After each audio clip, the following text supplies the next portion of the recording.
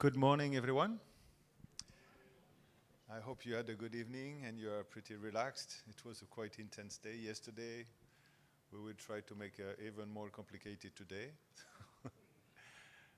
Okay, so now we're going to talk about safety in fishing. What's interesting is the continuity. I mean, here you have a small quotation from the 19th century highlighting it's not fish we're buying, but it's the blood of people. It's man's life. So it shows that the problem of safety is not something which is extremely new. It has always been, and this is the same idea as labor. It has always been like this. And there have not been so much change over a long time to try to enhance the quality of life of people and also their safety. So what means safety? It means also the life of people, the life and death. If a ship is not safe, basically the people are going to die and you're going to lose the asset. So when we're talking safety, we're talking about life and death also of people. And I think it's important to always keep in mind. It's not only technical, it's life and death. So now I will start to provide you a definition. And here it's interesting, this Chinese character. I don't know if some of you read Chinese, maybe not. I don't, but I like the idea of this Chinese character. I had many people explaining to me, and it's a pretty interesting thing. So basically, the first character is the roof, so the house, and the woman under the roof. And here is together. So, and this is how you write safety in Chinese language. So what does it mean? It means when you are together under the roof in your family, with your family, you are protected. So it's really highlighting that safety means that you are protected from the risks and hazards which are outside, okay? And you are in this very safe environment. You are at home, you are safe, you are together, you are safe. So the idea of safety, before being elements, tools, components, electronics, equipment. First of all, it's a feeling, how I feel. I feel safe because there is a surrounding which is protective. And I think it's a very powerful idea. And we can see it clearly explained with this character. So maybe you can learn it by heart, and like that when you go next time somebody asking you what is the definition of safety, you say, this is a good definition of safety, and only with two characters. So basically the idea is to be protected from the risks, protected from the risk. And we will see how important it is, this idea, protection from risks. In a more traditional way, when we are talking about safety, we're talking about device, we're talking about equipment, we're talking about design of systems. Okay, we're talking about tools, engineer tools usually. Very technical elements. This is what we tend to associate directly to safety. And also safety is an action, is an act. It's a way of doing things in order to preserve this environment, preserve from risks. So how to act, how to behave to be protected from the risks. Okay? Is it clear? So this is the idea of safety. There are three different elements to keep in mind. And when we bring together these elements about being exempt from risk, this mindset, these actions, and these tools, it's pretty complicated to quantify it. Quantify what is safety in numbers. It's basically a property. In safety science, in system thinking and safety science, basically safety is considered as an emerging property from a system. So it means a system, it's not made only of a tool of elements, it's also an emergent property of how the system is going to work and operate. An emergent property. So looking only at numbers in safety, it's maybe sometimes not so productive. Okay? It's looking at the whole system, how the whole system operates. And when we think about the system, we have to think about how the system, what the system is designed for, what is really designed for. Is the system designed for safety, to save the life of people by all means, or is it for something else? What is a fishing vessel design made for? Is it for safety or is it for something else? can be both, or it can be one or the other one. And we have to keep this always in mind. What is this system designed for? If we understand that, what is the finality of this system, we can understand better why safety is high or why safety is low. Okay? The problem in general in safety is this one. That's a very simple problem. If you want high level of safety, it has a cost. It has a very high cost. And more in the private sector, more you invest in safety, less return you will have. That's very simple mathematics. You invest, so you will pay more, your operational expenses will increase, and your profit margin will decrease. And when we are in organization, in sectors which are completely profit-driven, this can be a problem. And this is where the state has a very strong role to play. The role of the state is also to determine what is acceptable in terms of safety and what is not acceptable, and force basically the private sector to comply with regulations to what you have decided. Is it clear? Any questions so far? So what do we have as a mindset in fishing? We have a very interesting mindset in fishing. There is something very cultural in fishing. We can find to a certain extent also in shipping, but in fishing it's very explicit. Here it's highlighting that there is a kind of fishing culture that it is acceptable to die at sea. And this attitude, this culture, is a big, big obstacle to the improvement of safety. The culture of the sector. Going at sea, you're gonna die, you come back with less people, that's okay. It's not so much okay. But this has been the practice for a long time. You remember we had this discussion with Paipo in the visit last week. One of the core elements of the C188 is the crew list. So what is this idea? And it's sometimes it looks a little bit surprising that crew list, what for? And we are now in 2026, and we're asking crew list. Basically, we want to verify that the people going are the same people that are coming back. Only this sign, it's pretty frightening. Because before, 5-10 years ago only, there were no crew list. You didn't know as an administration, as a regulator, who was going at sea and who would come back. You didn't know how many people are gonna die, disappear, and who's coming back. It's very new, and it's only a few countries who ratified the C188, which are systematically asking for the crew list. Asking for the crew list is so basic. It's basically taking care of who is gonna leave, operate, and come back safely. Not asking it is basically you disregard the possibility of anybody coming alive. So this is a mindset. It's a very old mindset, and it has probably to be considered and overcome.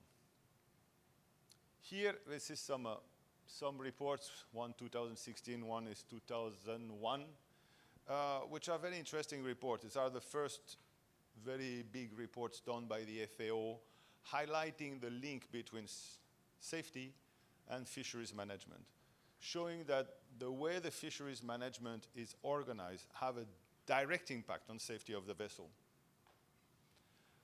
And in the latest report from 2016, basically they highlight that it's time to do something. Interesting again. Humanity has been managing fisheries for thousands of years. We can find evidence of fisheries management in ancient China, in ancient Rome, but there have never been any consideration for safety of the people going to sea. And now 2016, there is strong elements saying, no, it's probably time to do that. 2016, wow. You know, we have safety belts in cars since the beginning nearly of the cars, after in the 1970s. We have safe airplanes since the beginning. Why we have not been able in thousands of years to consider safety as an integral part of fisheries management? It's coming now. It looks like very much this sector has been left aside. Only thing that mattered, basically, was fish. How many fish? How many fish can be bring back on shore, sold, put to the national market, international market? So fisheries management now starting to consider it. And we've seen that yesterday, if you remember, there are some RFMOs, ICAT, but also WCPFC, which are now considering safety and labor within their requirements. It's still very soft, it's still very small, but it's coming in. So we can see that it's coming. So the problem also in terms of safety on fishing vessels is the risk-taking attitude from the persons also on the fishing vessels. And this is also a cultural element of the fisheries. And here, all the information here you can find in the report, which is highlighted here, which is an FAO report, which is a very interesting report. So, the catch share. You know what is the idea of catch share? You know that the fishers will get a certain amount of money associated with how much fish you collect. Okay? So more fish you collect, more money you will have. And this share will be determined according to your position on board. So if you are the skipper, you will have a big share. If you are just a deckhand, you will have a small share. So basically the share system. But more fish you get, more money at the end of the day you get. There are some countries where you have, this is the only way to pay people, and there are some other countries that they have like a fixed salary plus a bonus system. But whatever the system of payment, of remuneration, this catch share is an incentive to always do more and more and more. So it has some advantages. It motivates people. All together, we go for the same objective. We are going to take more and more and more. So this is a motivation. This is a team which is working better. It's a common effort. Together we can go for the same direction. Everybody will have some stake. Even if it's not equal stakes, everybody will have a stake at that. It's an immediate reward. If you have a lot of fish, you know that you will get higher salary this month than previous month.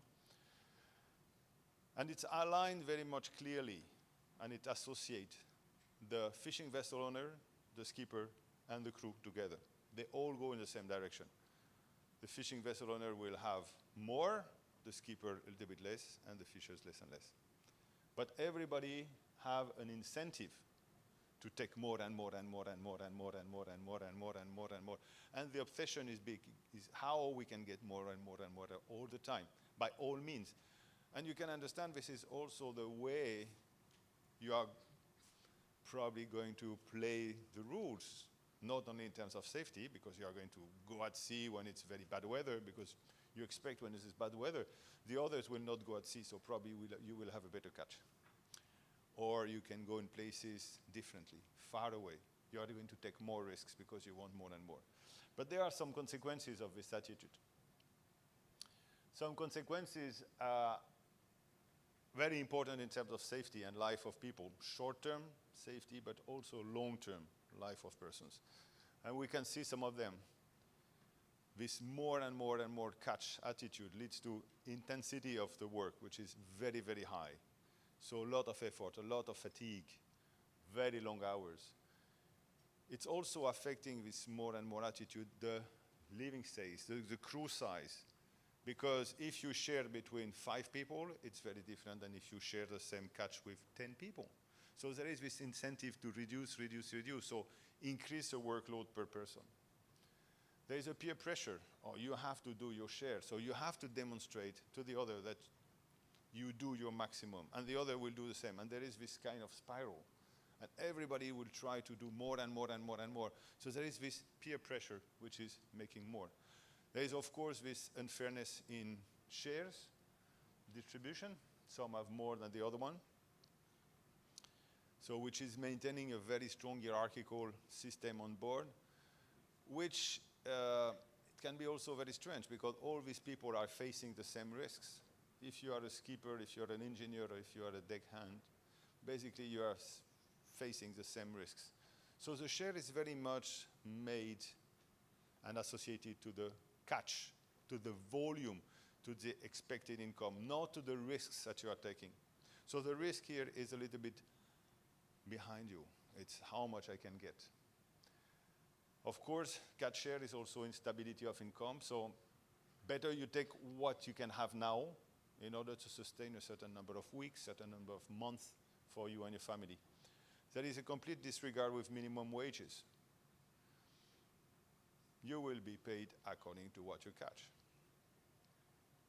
So it's creating the risk-taking attitude. Much far, bad weather, low quality ships, etc. It tends also to increase with fish efforts because everyone, from the fishing vessel owner to the skipper and to the fisher, everyone wants always more and more and more to generate more profit. Okay? So it's creating this attitude. You focus also on the fish, the one who have valuable fish, the one that you can sell high price on the market. And when you have the bycatch, what you're doing, you discard the bycatch. And here you are going to kill more fish than what you really need for. You are killing everything and you select the one you want because they are the valuable one. And you also have this incentive to make up any kind of valuation. So is it clear with different aspects? Okay? The finality is the objective. What is the system made for? So basically it's made for catching fish for profit. We have a mindset. It has always been like this. Okay? And we have a shared system, which is also dangerous.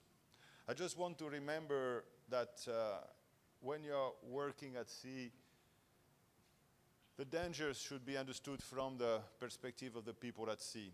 We talked about that yesterday. You remember this distinction, how important this distinction between fishing vessel owners and the one at sea, the one on shore and the one at sea.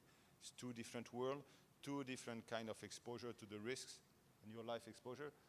I like this one. It's from the ILO Director General. And it highlights the dangers to which ship owners and government are exposed are financial and political. That's it. The risk when you regulate something in your countries are just political risks, financial risks for the ship owners. That's it. The people, it's their life. So your decision will have an impact on the life of these people, life and death, obviously. So you have to think about that. When you think that it's complicated, the negotiation within your country with the fishing vessel owners, sometimes which are very opposed to regulations, you have to think, but what is the real objective of what we are doing?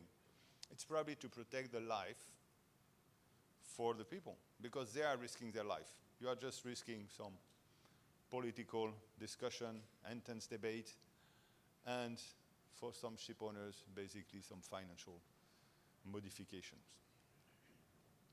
So it's very important to consider that. And it's what we discussed yesterday. Those who are facing the risk, so basically the fishers, are remote from policy makers. They don't have access to decision makers. Therefore, there is this regulation system which is disconnected from the reality of the life and death of people. And it has to be understood. So when this regulation is developing at national, regional, or international level, it must be understood that it must be also reminded that it's not only a pure and neutral negotiation. It will have impacts on life of the people, life and death. So fatality, we discussed a little bit yesterday. Fatality rate, you remember? This is some of the estimate with ILO SATs. These are my estimates, so it's with the data I found on the ILO side, so it's where I came with onshore 11, EU average 1.63, shipping 21 with incomplete data. So it means shipping with incomplete data, we are about 2 times more than the world average, any country. 2 times more. We are probably much higher than that in shipping if we had the complete set of data, but not all the countries have reported data to the ILO. In this respect, it's interesting that the consolidation of death at sea in shipping, it's also very, very, very new. The first report was in 2025. So it's the same thing. Shipping and fishing are activities that exist for thousands and hundreds of thousands of years. And it's only in 2025 that we had, for the first time ever, consolidated data of what and the number of people dying at sea in shipping. For the first time, in 2025. And we're not talking about the minor industry. Shipping is the main industry of capitalism because it's connecting all the world. Without shipping, there is no world as we know today. And we are taking care of the people only in 2025, looking at the number of deaths, which is also very scary. It shows the spirit of this maritime industry. When I say maritime, I say both fisheries and shipping, not considering the life and death of human beings.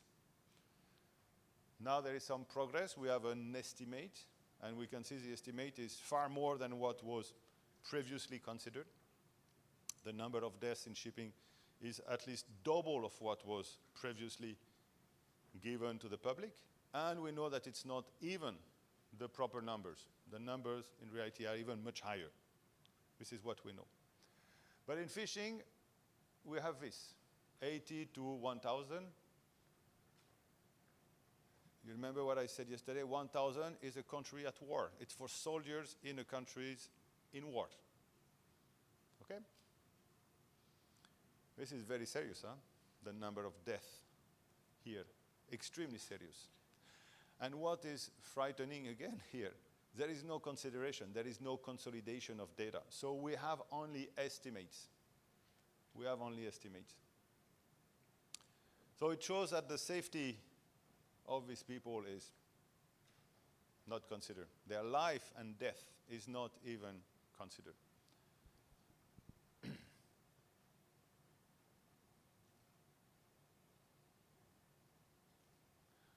Why do you think we don't have data? Why do you think we don't have data? Why do you think we don't have data about the death of these people? Why? What is the rationale behind? You have data in all your countries about the number of accidents on cars. You have data in all your countries about airplane crash or truck crash or train problem. You have all this data since the beginning. Why you don't have for these people? No reports. Why you don't have reports? Sorry?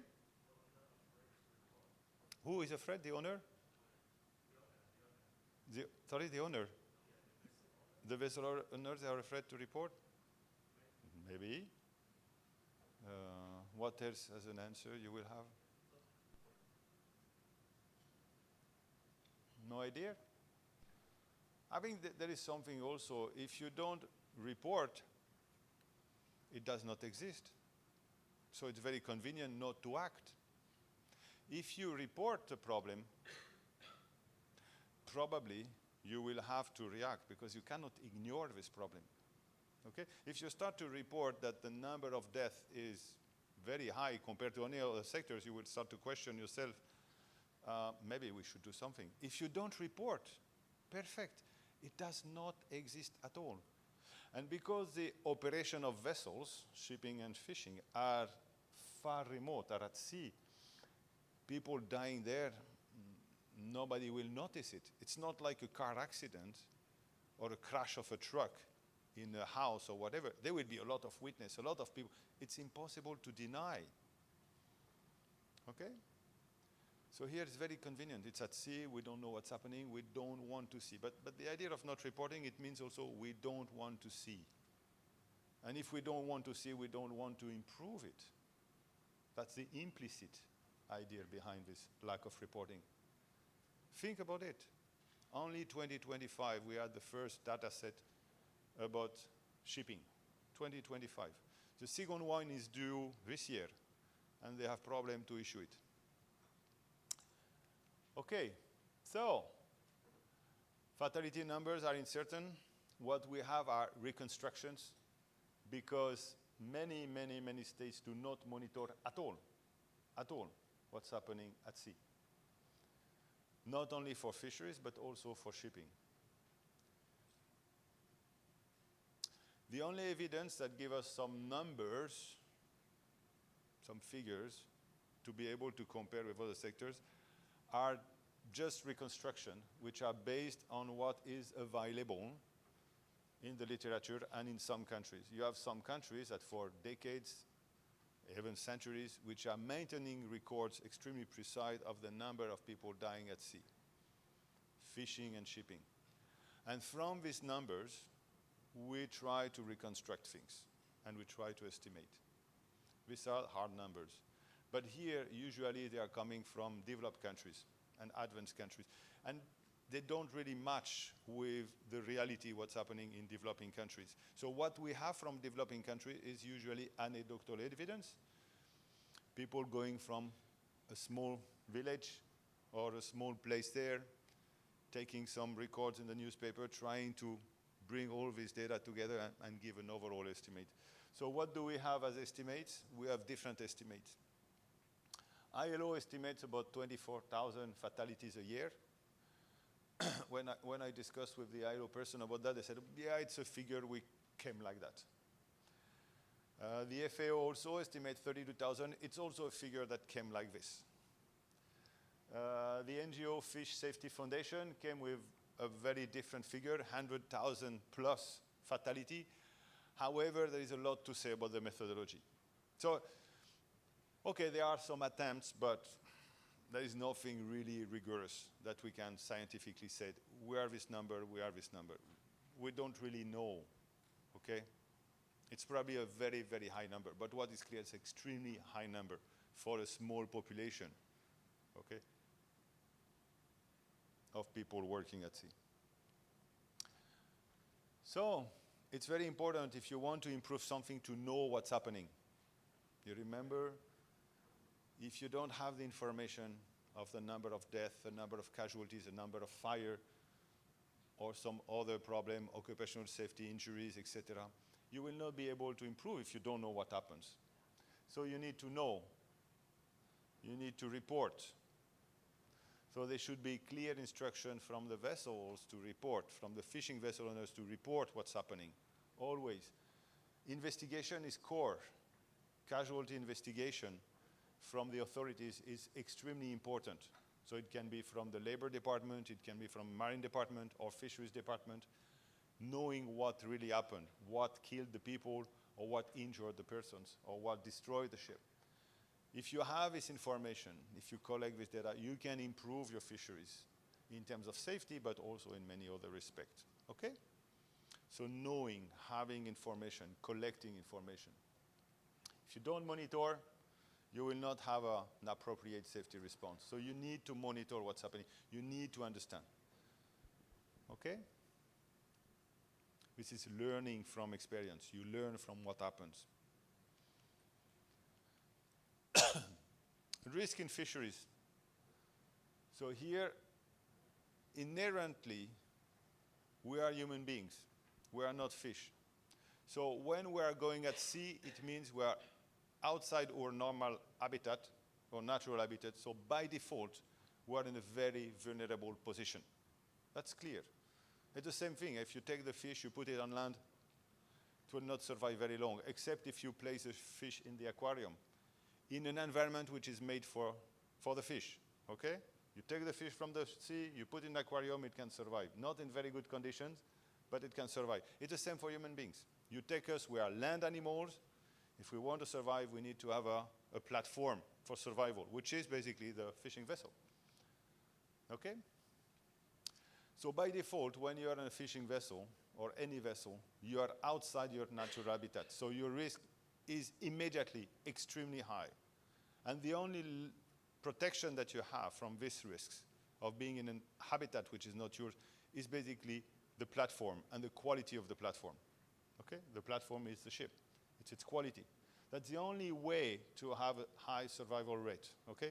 Is to have a safe platform. So what do we have as risks? We have what we can say endogenous risks, exogenous risks, sorry, which are the risks from the outside related to the ocean, to the geography, to also geopolitical risks, because we know that there is a lot of piracy in some areas, and the first target of pirates are fishing vessels before being cargo ships. And there were some research done in the 2010 highlighting that when in a country you have many fishing vessels which are attacked, it means that the pirates are growing up in capacity because they start to build up their capacity to attack vessels. And if you don't stop at this stage, basically, you're sure it will happen on cargo ships because it's a learning phase for them. They learn with smaller ships. It's learning. This is what has been highlighted. So nature, geography, and we have what is endogenous hazards. So basically the one which are related to the fishing vessel itself, machines, equipment, fishing gear, and the fisheries operation in itself. So basically you can see you have some fish with big teeth. They can move very hard also. You can be propped outside. So there is a lot of risk related to the operation itself. At night, intense hour, etc. The operation as a whole. So what is a hazard? Hazard is something coming out of it. Let's say the sea. Okay? You will estimate the risks that this hazard is going to cause you damage. And this is what we will call risk. So basically, it's an estimation, okay, a probability that this hazard will kill you, in short, or destroy your ship. And from that, you will try to develop measures. Okay? That's clear. So you have a problem, a hazard, something that is going to potentially kill you. You estimate the possibility that is going to hurt you, harm you. And according to this possibility, you will try to determine the good measures to protect yourself from it. Okay? It's okay? So this is a little bit theoretical view of it, but I think it's going to be easy for you to understand. So basically, to reach safety, we need first to examine what are the risks. So it's why, again, it's very important to monitor what happened at sea. If you don't know what's happening, if there is more people dying by fishing vessel destroyed by fire than heavy seas, probably you have to increase more here than there. Probably your stability of vessel is pretty okay because they are able to manage heavy seas, but fire protection is pretty poor. So you need to have this information. So it's why it's very important to collect information. So from this information, you will identify not only the hazards, but you will highlight how much the ship and the people on board are exposed to this particular type of hazards. You will estimate it. From this estimation, after you need to develop control measures, and this is what is safety. The safety will be the development of these control measures to stop, to restore, you remember this feeling of being in the house together, safe, protected from that. This is the idea of safety. It's how you are going to build this house around you to feel safe inside and to be safe inside. And this is the idea. And there are, of course, some limitations. Is it clear? So observing the hazards, looking at which one are more important, prioritizing, determining the safety measures to stop these hazards to be dangerous for you. Is it clear? Simple, very simple in theory, yeah? Super simple. The only problem is when you start to develop measures, you will realize immediately that safety has a cost. Okay?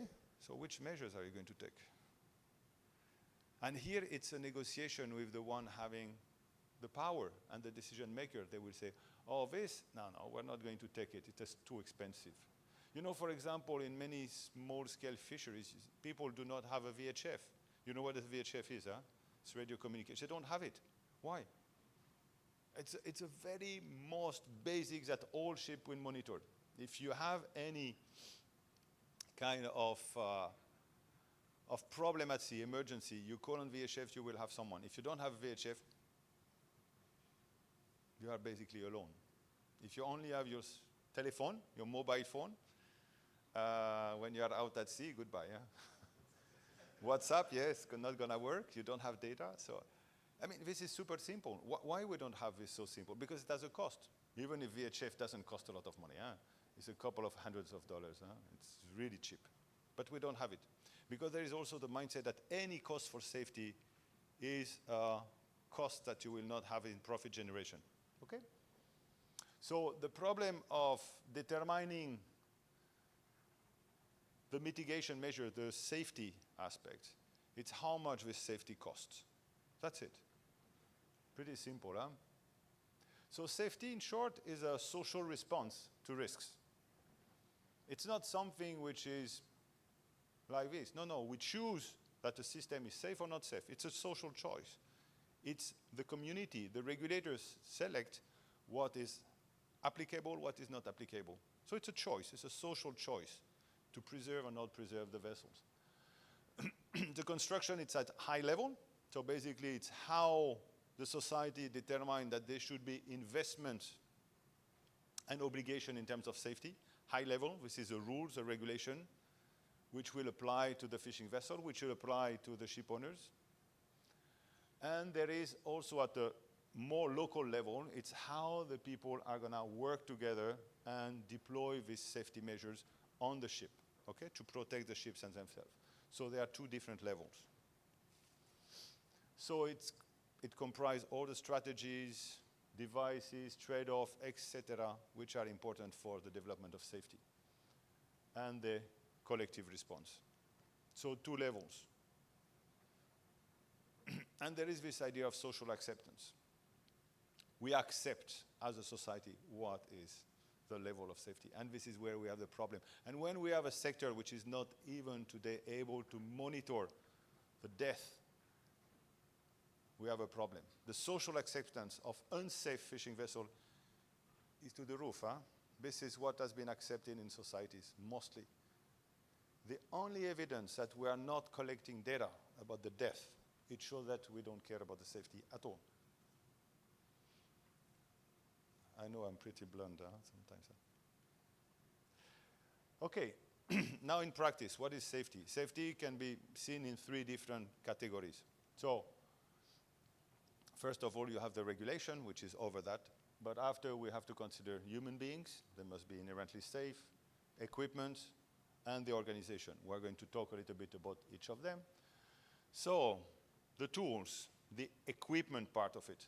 At the core of it, there is what we call the design and construction of ships. If your ship is of good quality, you can imagine it's going to be better. If the design of the vessel is of poor quality, by default, you are always in a very high-risk situation. So the ship design is extremely, extremely important. Because after you can do whatever you want, you have the best person in the world, the best organization, everything the best. If the ship is not inherently safe, you will not achieve anything. So you need to have this very basic ship design and ship construction, strong construction, are at the beginning of everything. Is it clear? I know that you have been working on that heavily. and this is very important. So ship design, it's many different elements together. And here, this is where the Cape Town Agreement is very interesting because it has all these features inside. But I think Chagri will talk about it a little bit later. So this is a very important element, the ship design, starting with a good ship. If you don't have a good ship, you cannot achieve very much anything. After, we have the human beings, making sure the people have the qualities. They know what's happening, so they have the training, some education, some experience. Experience is very important also. Human factors. What is human factors? Human factors, I will give it in a very broad sense, is being able to understand that each individual have limits. Limits in processing, okay, in processing information, in taking decisions, but also physiological limits. I cannot wait everything. I cannot stay awake for 5 days without falling, collapsing. These are the limits of human beings. When we talk about human factors, is limits, cognitive, physical limits, social limits. And for that, we need to be in an environment which respects these limits. So people should not work more than, normally the ILO says 8 hours per day. And in the scientific literature, if you are working more than 50 hours, basically, it's becoming unhealthy for you, 50 hours. You remember yesterday how many hours they are working in the last report? 94 hours per week. So we are nearly 2 times more than what is the maximum limit considered unsafe work. we are nearly 2 times more. So basically, the human factor. Access to PPE, personal protective equipment. You remember we were in the port. Have you seen anybody with safety shoes? Any fisher with safety shoes? Any fisher with gloves? Any fishers with overall, protective overall? No, we have not seen anything like that. So they don't have access to this PPE. Basically, personal protective equipment, the equipment to protect your body, directly. And to ensure a safe work environment. And we have what we call the organizations. The organizations, it's a very broad term that will basically cover what is provided in terms of tools and elements by the company and what is doing on board. So the organization is together the structures and the process to make the vessel safe. So basically the actions, how you make with what you have a vessel safe. It's also your capacity to day-to-day manage the safety of the ship, so maintain if there is something broken, repair, etc., and respond to emergency, okay? And all of this is extremely determined, the quality of the organization determined by the budget allocated to the crew, the vessel, and the equipment. So basically, it's a relationship between ship owners, fishing vessel owners, and the crew and the availability of elements. So the organization is twofold again. How much money you have, how much budget you have for repair, maintenance, safety, crew capacity, crew training, human factors, etc. So this is provided by the owners, and also how the people behave on the day-to-day to maintain the vessel. So the idea also of safety culture, just culture, etc. So again, I will come back always with this idea. I hope you will like this idea. If you don't, I hope you will not forget this idea that you need feedback to improve, okay? Again and again, we're talking about reporting and reporting and reporting, monitoring, reporting, analyzing the incidents, and to improve. Again, very important, you investigate, you find the causes, and you improve. Very, very important. If we don't have the information, if you don't have this information about what's happening really on your ships, you will not be able to really improve anything. Okay? Some simple things here. Safety, costs, that's a great tension. This great tension is everywhere in any industry. Yeah? It's not only shipping or fishing. It's any industry you will have this balance between safety and costs. Safety has a cost. Security has a cost also. So here this is what is very well known by naval architects, is this spiral. You know that? Of course, huh? This is year number 1 of naval architecture. So this is what we call the trade-off. And basically this is the iteration process when you design a vessel. And when there is at a certain moment there is some conflict between some elements, so for example, the fishing gear weight, let's say, and some safety equipment, there will be a trade-off, okay? Because you will decide what is more important. And who is the arbitrator of this trade-off? It's the one ordering the vessel. So basically the fishing vessel owner. What do they want if they have to choose between a lifeboat and a new fishing gear? Okay? They will choose a new fishing gear. Except if your maritime organization says, no, safety is important. You must have this lifeboat after you choose what you want, but you must have this lifeboat. You must have this fire protection system. You must have this waterproof door. You must have all these elements, okay? If you impose as a state a certain number of rules, it will be integrated in the trade-off. And if there are regulatory and mandatory regulations, basically it will limit the capacity of the owner to select what is more convenient for the profitability of the system. Is it clear? So this is why it's extremely important, the regulation framework. So if you don't have a regulation in this kind of system, basically you will not have any safeguard. Okay? So this is why developing regulation at the national level for fishing vessels is extremely important. It's the only safeguard from the design stage to the operation stage for the people working on the ships. That's the only safeguard. If not, the only driver will be how much profit I can generate. And safety at the cost, so you will eliminate everything which is cost related. So there is a tension in operation. Again, we will not going to expand too much, but the tension in operation is this idea of fishing always more. And how much this obsession of fishing more is generating a system which is not looking at anything else.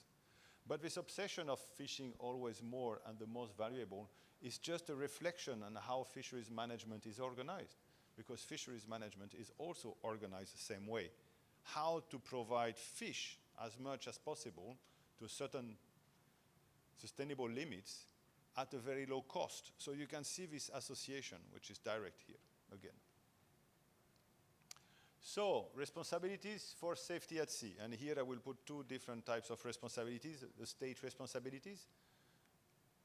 Okay, so as a flag state, what is your responsibility? It's basically the ship safety and the crew protection. This is the flag state responsibility. So it means design, equipment, training, operation, response to internal risks, external risks. So the capacity, you design the vessel and you operate it. This is under your responsibility. The development of rules and regulation is under the responsibility of the flag state. Occupational safety and health, crew, labor standards, this is all around the scope of the flag state. Safety of the vessel and safety of the crew. This is flag state responsibilities. So when you have a fishing fleet and you have a certain number of vessels which are flying your flag, you need to develop regulations which are adapted, okay? In order to ensure safe vessels and safe operation of the crew on the vessel. We have what we call the safety of navigation. So basically it's a capacity of the state to oversee what's happening within its area, okay? So monitoring, for example, VMS will be very much here. It's not in safety of navigation, but it's monitoring of what's happening. And you can eventually use VMS for safety because you know where was located the ship before nothing happened.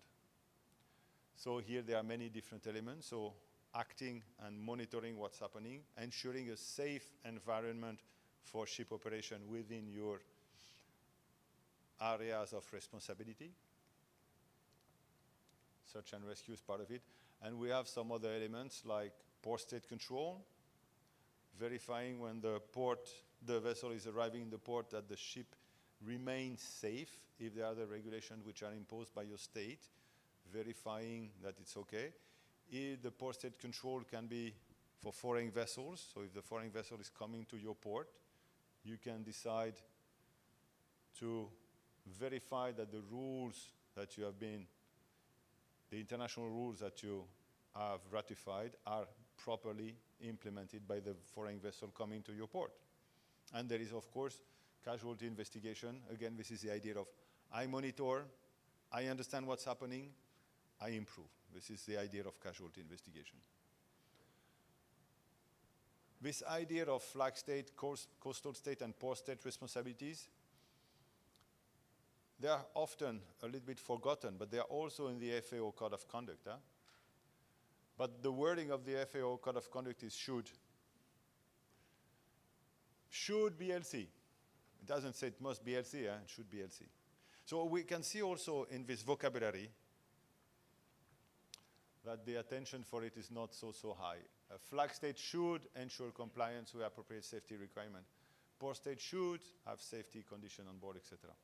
So you can see that, in fact, if you apply properly the code of conduct and you make it binding, probably you should change this should to must.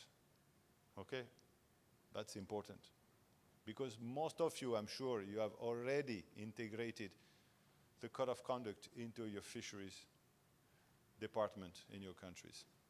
So don't forget this one. Occupational safety and health is a collective responsibility of the state, owners, skippers, and fishers. So this is interesting because you will see here in the code of safety for fishermen and fishing vessels, clearly highlighting what is the responsibility of the different entities. So the owners, the skipper, and the crew, and what they have to do. So this is a common ILO, IMO, FAO work. It is not mandatory, this one. They are just guidance. It's not mandatory, but it's very useful for developing your own national regulations for safety. So there are three, if I remember. There are three different, I just present one, okay? But there are three, and if you integrate them into your national regulation, it will really much improve the safety level of your country. There are also many other ones which have been provided by the FAO, the ILO and the IMO, usually together. They provide a lot of elements, even for the smallest vessel, for the decked or undecked ships, okay? Below 12 meters, above 12 meters. So you have a variety of publications which have been provided by these three organizations, and they can be very inspirational for the development of new safety regulation, specifically for design in your country, and also operation. Responsibilities for safety at sea, and here I will remind you the responsibilities as I highlighted yesterday. So the fishing vessel owner is overall responsibility provide necessary resource. It's pretty clear. If you don't have the resources provided by the ship owner, it's going to be very complicated to have a safe ship, okay? The resources must be provided by the owner, and this is their responsibility. If you have a ship, when you inspect it during a PIPO inspection, for example, and you notice that they don't have the expected number of fire extinguisher, this is the responsibility of the fishing vessel owner to provide it as soon as possible. The skipper, responsibility of the safety for the fishers when they are in operation. And the skipper shall not be constrained by the fishing vessel owner from taking any decision. That's a very interesting element. It's something which is directly inspiration of the first before the ISM call. It's a long time ago, I don't remember the number, but there were an assembly resolution highlighting this importance of constraint or non-constraint on people, okay, when they are taking decision at sea. And finally, the fishers must comply with any lawful order provided by the skipper to make sure it's going to work. Okay? So three different categories of people. You have really much the one providing the means for safety, the skipper or the captain monitoring and making sure on the day-to-day basis it is safe, the operation, and the fisher who have to follow the instructions. Okay? So basically, everybody is involved. From the state level to the fisher, safety is a construction of all of this. It's all together. If you want to work together, you can go towards safety or not.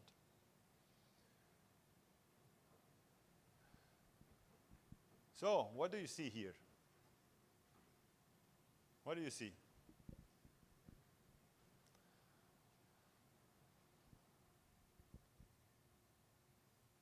What do you think it is here? What do you think it is here?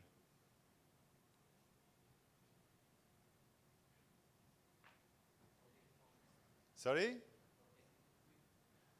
Yes, there is a lot of, this is Navy people, Navy. And this is fisheries. You see something here very clearly. What we see is protective equipment. Huh? Do you see anything there? You know that this one are their protective equipment. Okay? Because if they fall into the water, they will survive with that. You don't see a problem here? No? In the same country, yeah? Same country. But what does it say? What does this picture say? Do you think it will be valid for any country, yeah? And worldwide? What does it say? It says that who has a higher value for a society as a human being? This one or this one? This one, huh? This one has a high value for society. This one has no value at all. Okay. So we can see that the problem is not only the fishing vessel owner, the owner of the boat. It's how the owner of the boat behave and how the society behave. Socially speaking, what is interesting, you find it completely acceptable, this one, no? To have military people, well-equipped, well-trained. Okay, you find it completely acceptable.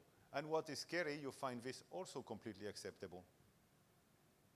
So basically, you decide that some lives definitely have more value than the other ones.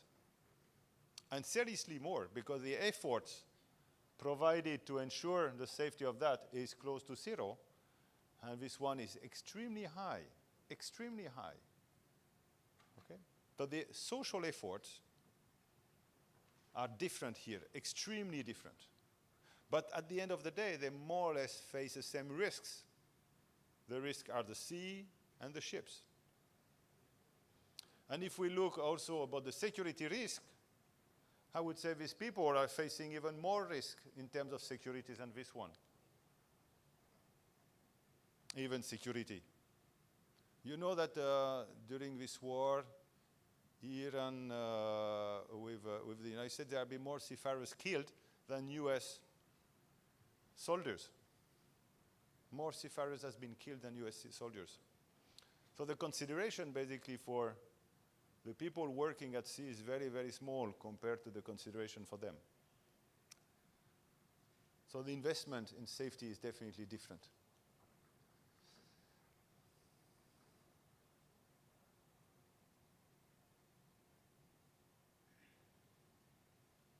Big questions, huh? Okay. Now another question. Why does the air industry better safety record than fishing or ferry sector? Why is aviation better records? Why?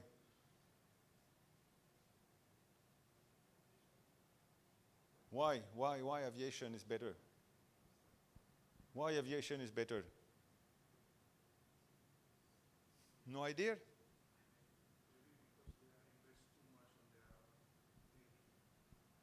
We are talking about aviation now.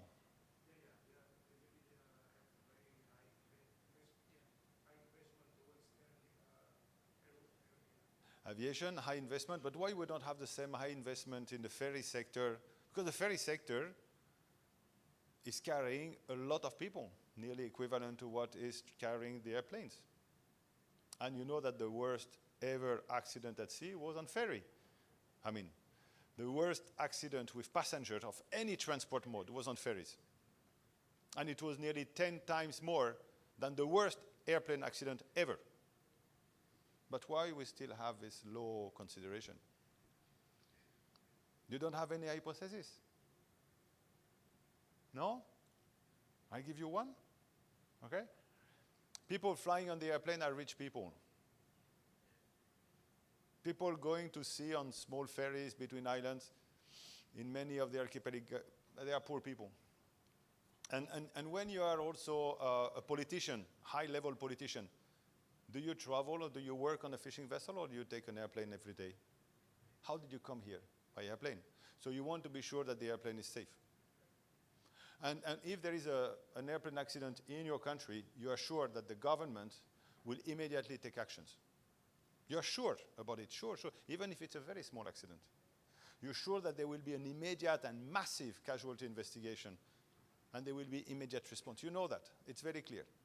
Why? Because aviation is transporting rich people, powerful people. These people are fisheries. I mean, they are the lowest of the society usually. Okay? They are very low in society. So there is no consideration for their life. We should think about it. We should think about it. Okay, international instruments. We will have a longer presentation dedicated. But here I like this drawing. Kegri, have you seen this drawing before? You know? Yeah, you know from Miguel. So here it's a very interesting drawing. You will look in details when you will see the presentation, because it's a very important one. So they highlight everything to have a vessel safe, what you need to consider, okay? You need to start also, you need to start from the owner, of course, the responsibility of the owner, the recruitment, the minimum age for the crew, etc. But you have to consider about the anchoring, mooring, protection system, fire detection, hull, discharge openings, how the vessel is constructed, the operation, the radio system, etc., etc., etc. Okay? Yeah, thank you. So what do we have today that can support safety? Basically, what we have today, we have the capacity to visit ships, because even if some of the regulations are not directly related to safety, it offers you the possibility to go to ships, and this is specifically the PSMA. But these are the binding instruments. So we have the STCW with its new version of 2026, just entered into force this year. The new version, it entered into force before, but the new version entered into force. We have the C188, 2017, which is having provision in terms of occupant safety and health. PSMA, which is facilitating inspection in port. And we have the Cape Town Agreement next year, okay, just been ratified, and next year entry into force. And we have many other documents, instruments, which have been developed by international bodies. We have here, this is the 2026 big story of the IMO. I think Kagri will mention it more than me, but it's two big things, in my opinion. There is the STCWF update with a very, very big overall, big work. I mean, a lot of very interesting things now. And there is a Cape Town Agreement that we're going to see a little bit more in detail. In conclusion, state involvement is vital for the protection of life at sea. So rules for design and operation are very important. They constrain the freedom of the fishing vessel owner, but they will provide advantage to the society by securing the life of people. The link in fisheries management and safety, it's very clear now, and it cannot be any more ignored. This publication is very interesting for that respect, and how to overcome fisheries manager neglect to safety. Basically, these are some of the elements which have been extracted from this FAO report. Fisheries managers need to be aware that fisheries are managed, the way the fisheries are managed affects safety. We cannot ignore that. We cannot be ignoring it. So RFMOs, when they develop fisheries management plan or national fisheries management, must always keep into consideration this aspect, how the fisheries management will impact safety. Fisheries management need to consider safety an explicit goal. It's becoming slowly. Need to build up mechanism for close cooperation between administration response for safety. So basically, this is a cooperation with Marine Department, which is for that, it's very interesting what's happening in Thailand. We've seen that there is Marine Department, Fisheries, and Labor working together. It's a very interesting model, and probably for most of the country to inspire from. And safety record for the fisheries they manage. They need to engage safety professionals to become knowledgeable, and they need to collect data. And of course, at the end, if you don't understand, if you don't remember anything, I hope that's the only thing you will remember from my presentation. Collect information, know what's happening in order to improve. Okay? Thank you very much.